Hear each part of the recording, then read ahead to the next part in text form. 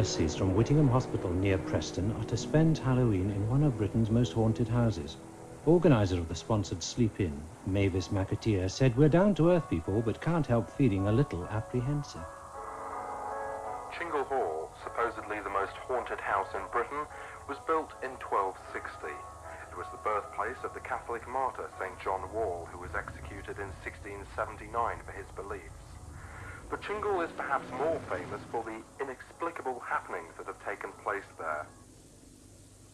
I sort of felt, again, the footsteps underneath, and then looking over there, I just caught an indefinable shape going round the back of the door. I was a skeptic, but there comes a time when you've got to say, there is something else. And Chingle Hall is certainly something else.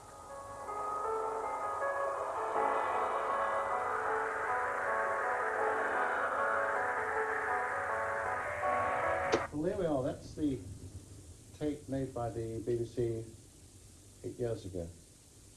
And interesting, really, because here's a chap who's gone away and he's done 6 ghost hunts and done 6 broadcasts and come up with nothing. And then somebody said, go to Chingle. And you've heard the product. Now, we're not going to tell you a lot of other things that may or may not happen. There are a whole host of things that can happen and that sometimes people do experience. What tonight's really about is for you to, if you like, conduct your own experiments. And we would suggest that quite a lot of things that happen you may find would be really quite subtle, not sort of obvious big bang things. If you're scared at all tonight, worried, or anything like that, then do come and wake us up. That's what we're here for.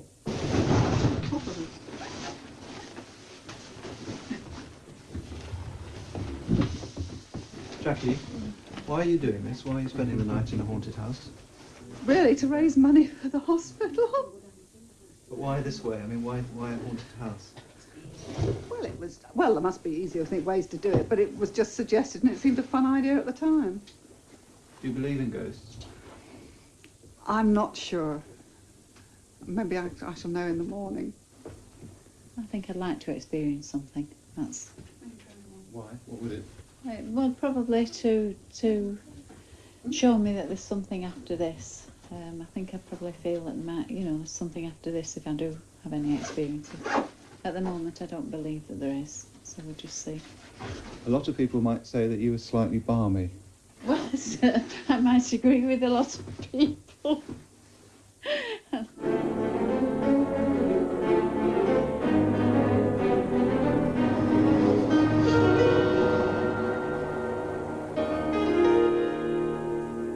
There are more recorded apparitions seen in Great Britain and Ireland than in any other country in the world.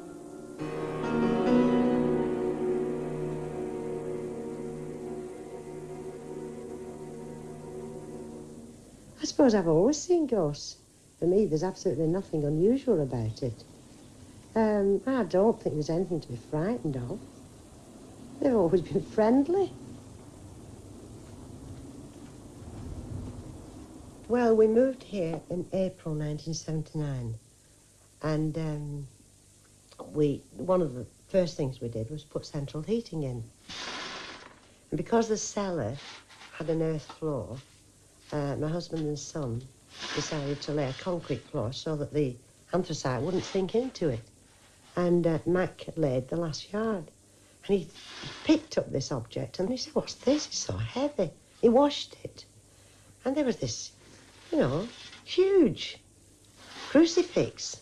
We had various local people who were interested in archaeology, and we had the church people came, both sides, and they were very divided. One lot said it was, or they thought it was, Victorian. The others said it was medieval. They were all certain it was made of iron and lead.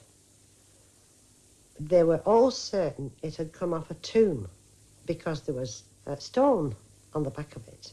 It hadn't been nailed anywhere.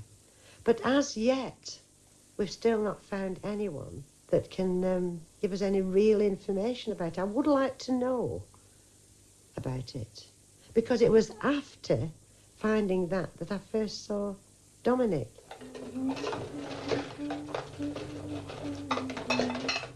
I was washing up in the kitchen, and coming from right to left, underneath the kitchen window, was this hooded figure, and I thought it was Mike, my husband, but he didn't come in through the back door.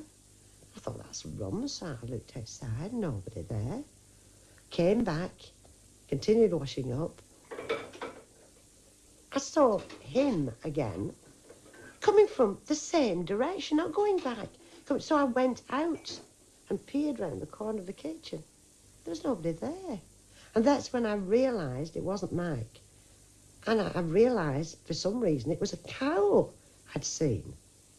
Have you seen Dominic since? Oh, yes, many times. Many, many times. Where do you normally see him? Well, usually, there's no specific place. I've not seen him outside again.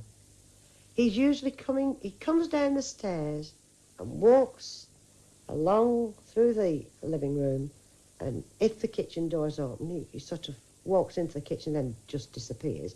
Or if it's closed, he'll walk through the door. He's got a thinnish moustache. His face is tan. His hands are tan, like as if he's Spanish or Italian. Has he ever spoken to you? Yes, once.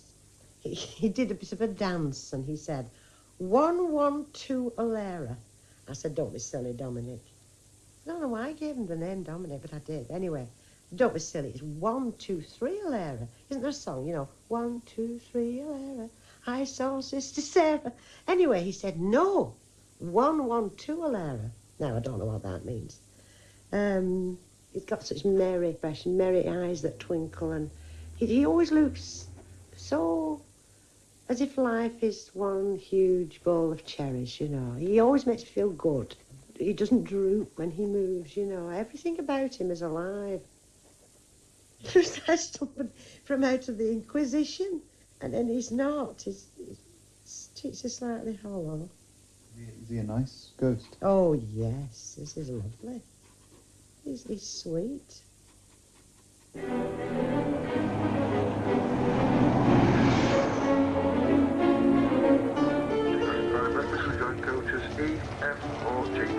He came striding out of the mist, raincoat flapping in the wind.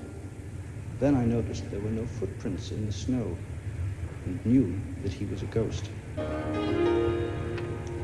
felt he was evil, and I was absolutely terrified. And I knew the only way to get out was to get past him. So I made a dash to get out, and as I went past, I could feel him pushing me down the stairs. A mist started to rise up from the body, going to the ceiling, and we both watched it, absolutely petrified, as it seemed to form the shape of the body.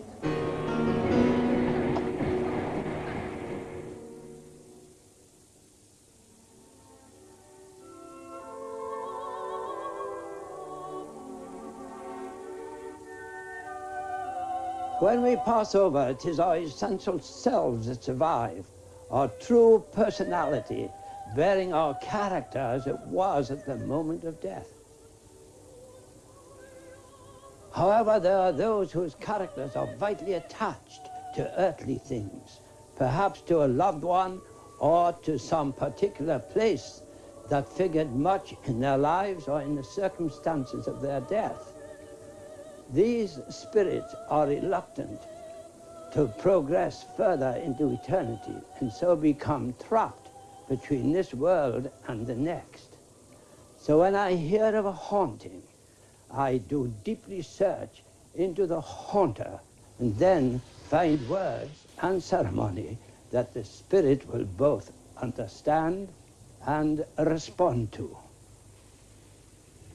Kate Babington was born in 1634, the daughter of the governor of Tynemouth. Not only was she a great beauty, but she was a deeply religious lady. She was a Puritan with sympathies with the Covenanters, and during the Long Parliament, she had the local vicar evicted from his pulpit by the son of her blacksmith. And in installed her own minister. However, at the restoration of the monarchy, the vicar was reinstated, and he exacted his revenge by imprisoning her in her own tower at Harnham, where she remained for 2 years until she died. It is said that her ghost, for hundreds of years, has haunted the place. The present owner, a grand old man called John Wake, has invited me to go up and investigate.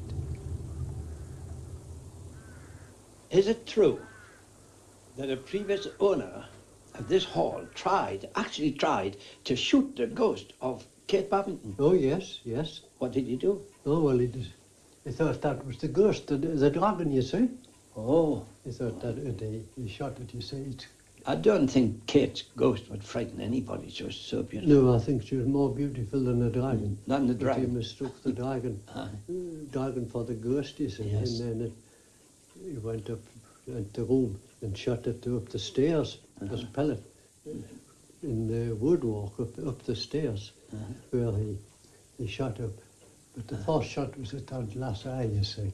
And all these wealthy families, they all had a crest and a coat of arms. Yes. Aye, that's the Babington crest. How vain is the help of man, Kate Babington. Omnia vanitas, all is vanity. June the 9th, 1670. Yes, she wrote that when she was imprisoned in this room with her diamond ring. How vain is the help of man. That would include her own husband even. They hadn't helped her with her religion. Well, she wrote this Yes. only 2 months before she died. Yes. In this room. Yes, yes. Why couldn't she escape from that window? Oh, well, it's high out there, you know, you look down on the treetops. So she was a proper prisoner in here. When she died, she was taken from this room. Where is she buried?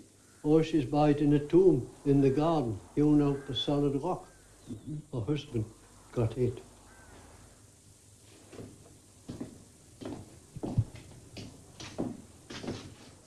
Yes, this is Dame Catherine's coffin. It's been here 300 years. 300 years. Yes. And what's this?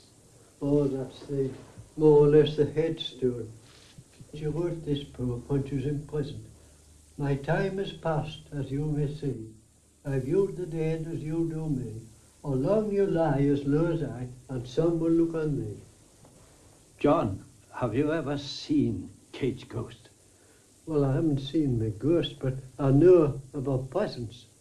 It's like a Russian mighty wind, you know. You don't see it, but it's there. And the presence of our spirits here, it's really a haunted house.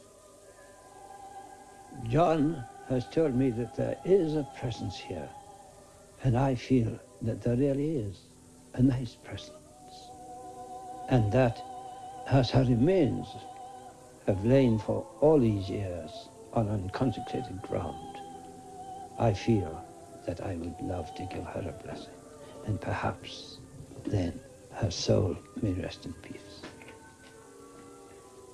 We bless thy holy name, O Lord, for all thy servants departed this life in thy faith and fear, especially thy servant Catherine, beseeching thee to give us grace, so to follow their good examples, that with them we may be partakers of thy heavenly kingdom. Grant this, O Father, Jesus Christ's sake, the only mediator and redeemer.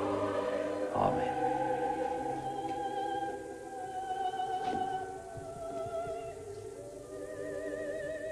Catherine, now that we have spoken these words of blessing, we hope that it will be to thee not only a blessing, but that you may find peace and rest everlasting.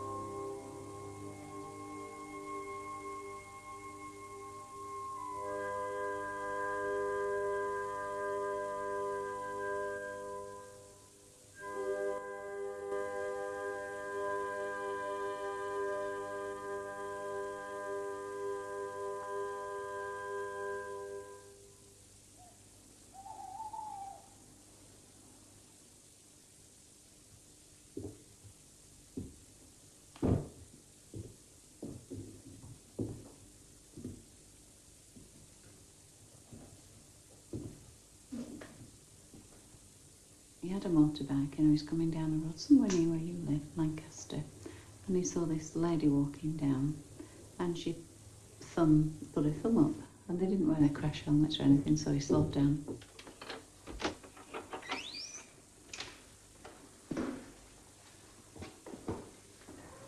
So she got on and he went a little way, and where she'd said she wanted to go, he slowed down to let her get off. Turned around and she wasn't there. So he went back and he drove up and down a couple of times and he was really worried, and he decided he'd go into a pub and have a double whiskey. So he was talking to the barman and he told him what had happened, and the barman said, "Well, you're not the first, it's happened once or twice on this stretch of the road."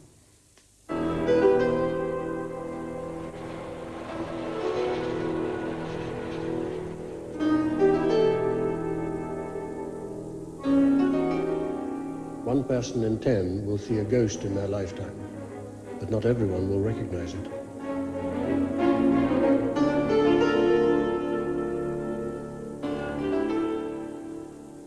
I've lived in Todmorden all my life, and that is 52 years. I spent quite a lot of time in my younger days with these two great aunts who brought my father up. They were in the 70s and 80s at the time. Ruth, yes, she was quite a lady, was Ruth. And when she was a young girl, she had an accident and she broke her shoulder. And that was how she got this deformed right shoulder. You couldn't mistake Ruth for anyone else. She always dressed in a navy blue French beret and a navy blue raincoat. And she had her black shoes on weekend and her highly polished black clogs for work. She must have been only about 5 foot, very small, but very quiet and very reserved. Emma, she was a lovely person. She loved young people, and I just used to love to go up and spend time with her, and to live together at the top of Bride Street.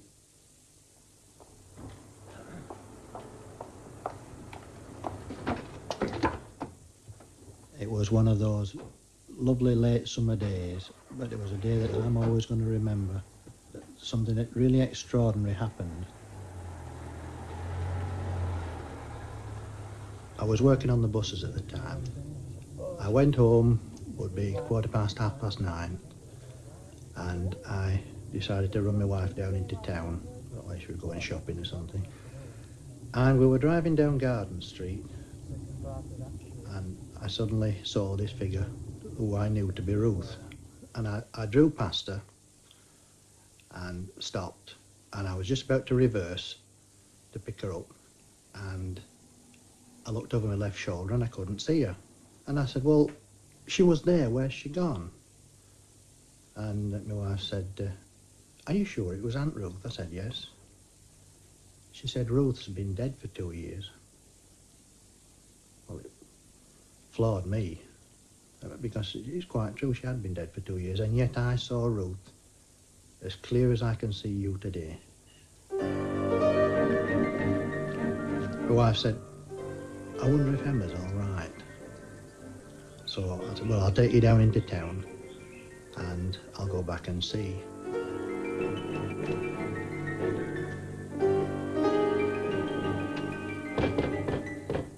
The door was locked, and I looked through the curtains, and there I could see Emma sat in this little chair in front of the fireplace. The fire was out.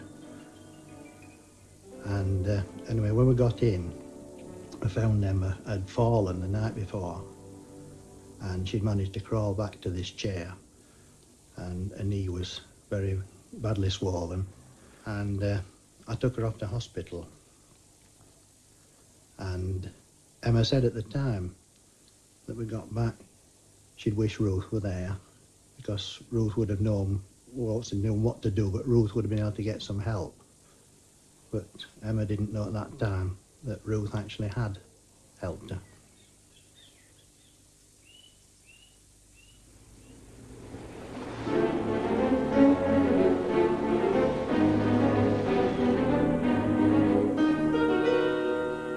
Children under 10 are more likely to see ghosts than people of any other age.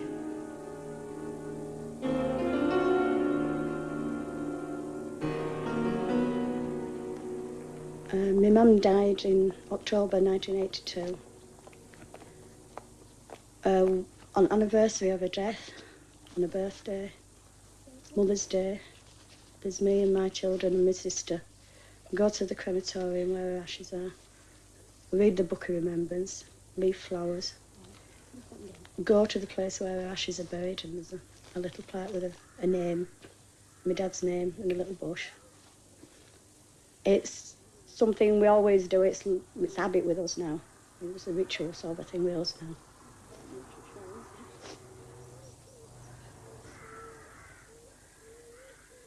Well, we all thought the world of her.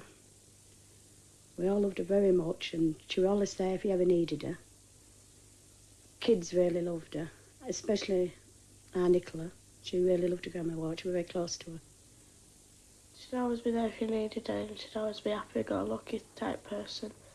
And, well, she just used to do, you know, just to keep us occupied and take us out and buy sweets and things like that.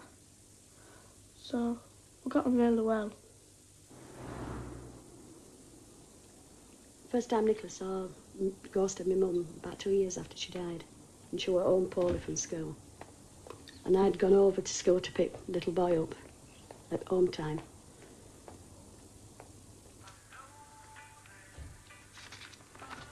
I was reading a book in front of the fire, and I heard a noise.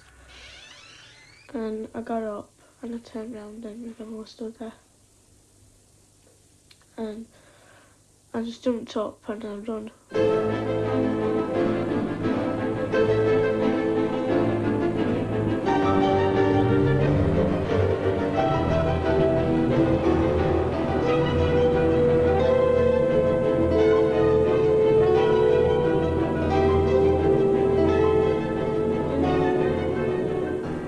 She looked so short, she was white.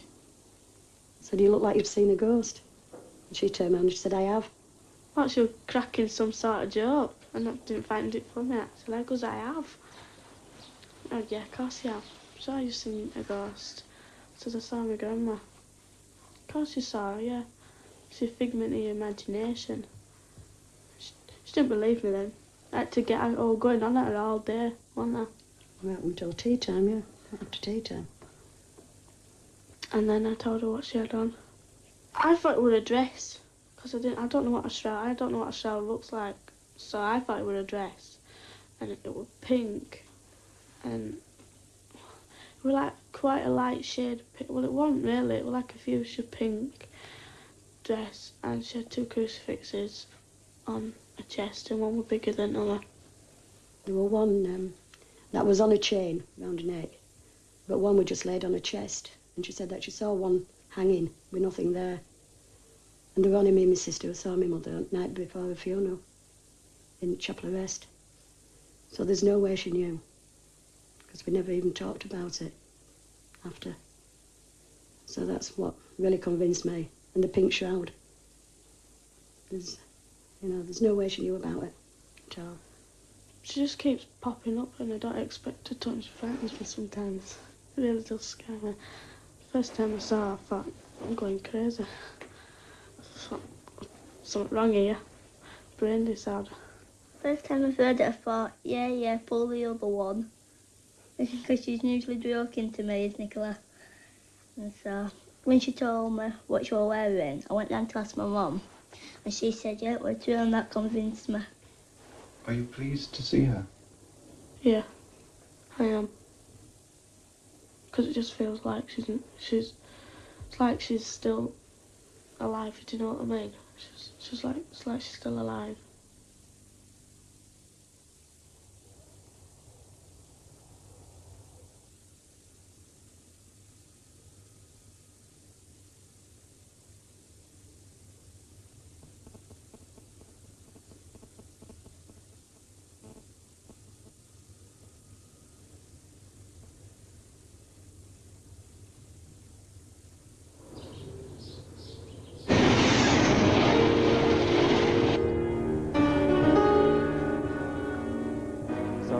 Are caused by a strong emotional event which leaves a trace in the haunted area. Ghosts are hallucinations, possibly caused by a telepathic link Every third person who sees a ghost will also have an out-of-the-body experience. If you've ever been troubled by ghosts, then perhaps you should listen on. If you've ever thought you've had an experience with ghosts, then listen on. As I describe for you Eddie Burks, who calls himself a clairsentient, somebody who talks about being present at the execution of a 35-year-old Londoner and feeling the sensation of that terror waiting on the gallows. And then I have to tell you that that experience took place in the 18th century. Eddie, perhaps you can explain that in a moment when you first told me what a clairsentient is and how do you use it? A clairsentient is someone who is aware, not all the time, but part of the time, of a level of existence beyond the material and is aware of both sensations and very often entities in that realm. And how does one use it? Well, I use it myself in order to help release entities, people who have died and haven't progressed to the level they should have done and who are trapped near the earth. But is it true that you can actually experience that terror, the sensation of the rope around the neck? Yes, I went through the experience with him, not in its full intensity, but enough to know what he experienced and actually feel some of the pain that he experienced and the terror that went with this.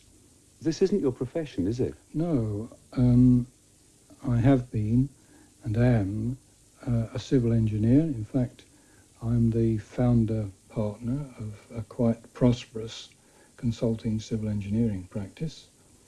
And these things that I've been talking about happen in my, so to speak, spare time. Eddie, there's a lot of other questions I want to ask you. Let's just take a break for some more music. Yes.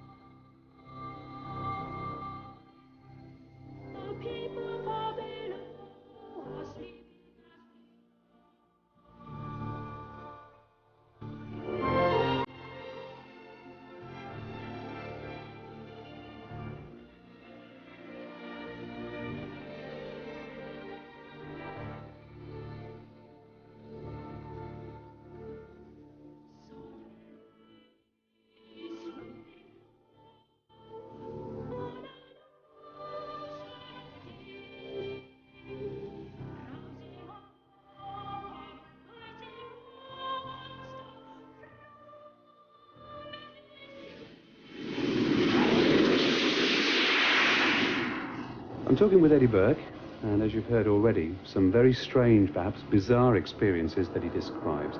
And I gather that you're about to study one on an RAF station. Do you know very much about the circumstances? No, all I know is that things have been happening on this airfield of a supernatural type, and I'm being asked to go and see what happens. Just as I walked out of the door, a figure was stood just where you are, about 6 foot tall, quite broad-shouldered. It was a shadowy figure, and the figure just stayed there and then moved towards the left, towards the approach room door. And I was frightened to death, you know. I ran in and told my colleagues that I'd seen this figure, and they didn't believe me at first, you know. The next couple of nights, I actually came and stood in the landing waiting for this thing to come back, you know, and if I did see it, you know, I'd be able to say to people, look, it's here, you know. A couple of months later, I was coming down from local, coming down these stairs, and you know, I just walked past this door here, and this figure was stood there again. The second time you saw it, did you feel equally fearful? The second time I saw it, I wasn't as frightened as the first because I'd kind of got used to it, you know. Yes. The reason I ask that is sometimes one feels the fear that the entity itself experienced, and sometimes that's the reason. Yeah. Or connected with the reason why it's stuck at this level. Yeah. I mean, I'm aware of some psychic atmosphere. It might be possible to get more closely involved in it, with it. I shall see in a moment.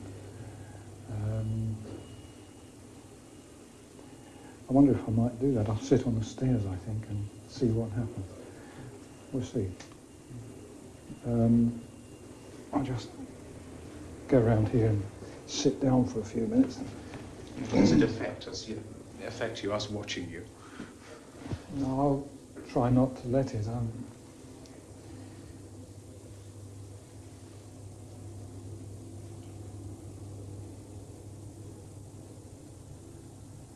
The feelings I'm getting at the moment are that this man that you've seen was killed, I think, somewhere in this vicinity out on the airfield.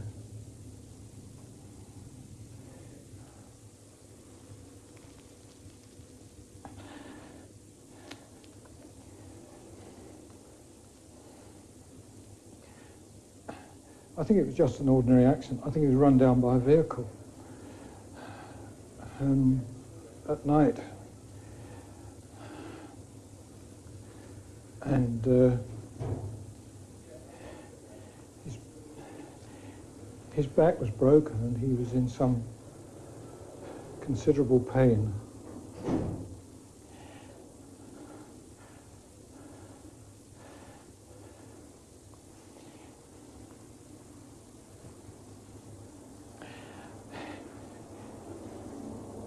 He was put on a stretcher and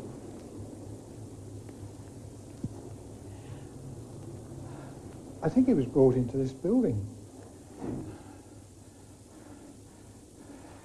at least temporarily. Oh, and he died here. There's a great weight on his mind that he'd not prepared himself or his family affairs for this sudden demise. And there's a great anxiety with him to put matters right. He doesn't understand, I think, that a lot of time has passed. This is why he's been here and why he appears. He's got unfinished business on his mind. Somebody's saying, thank you, Brenda. Thank you, Brenda, for playing your part in this, for helping to bring him to the attention of others. Your courage in coming back and waiting to make contact again has been very helpful to him. Thank you, Brenda. There's a wonderful feeling of light and lightness coming through now, and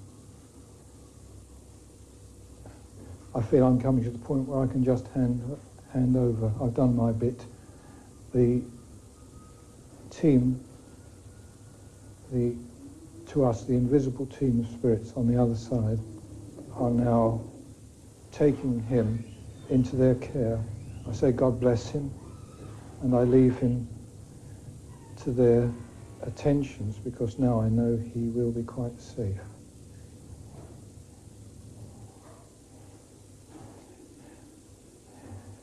There's a great feeling of relief and joy coming through. Quite wonderful.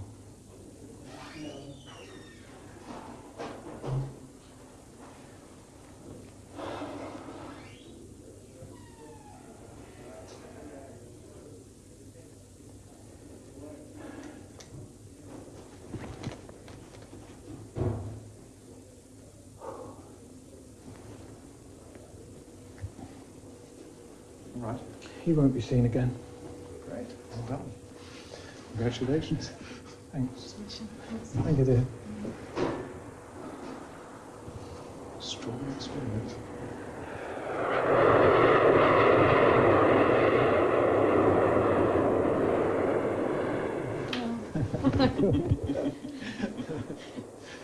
Great. Must be a very satisfying feeling, I should think, Eddie.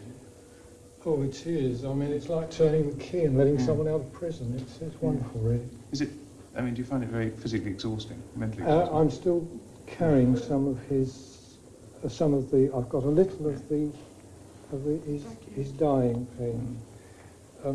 He got, after he was knocked down, his breath began to come very suddenly, and he was gasping for air. That was the feeling I was going through.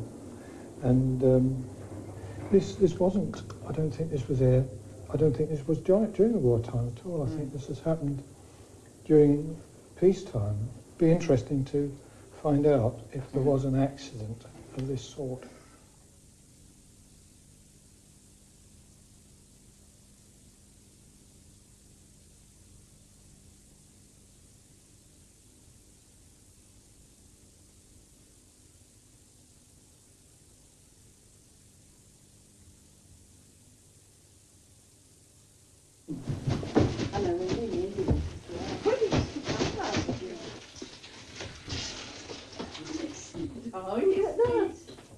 Okay, well, what first of all, did anything happen?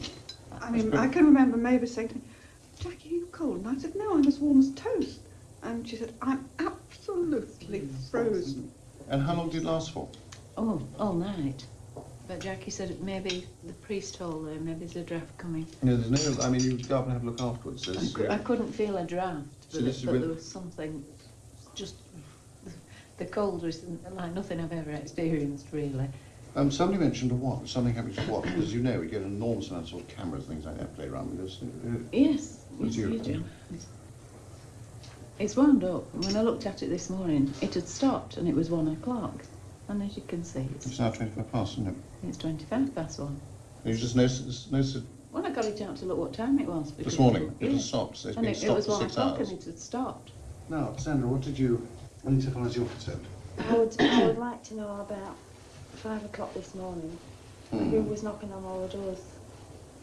5 o'clock this morning? Who was knocking on all the doors? Was it somebody waking everybody up? Not at 5 o'clock in the morning. Was it between 5 and 5:30? No. Did anybody else hear that? In your sleep. You sure about this? You weren't asleep? No, I wasn't asleep. Could you have been asleep? No, I wasn't asleep. How do you know you weren't asleep? Because I was awake. Putting it into context of Chingle, a very quiet night, but I think that one could say that from your point of view, I think quite interesting, because really, as I said, I think last night, it's very much a question of fairly minor things not to frighten you, but just to give you a message, if you like.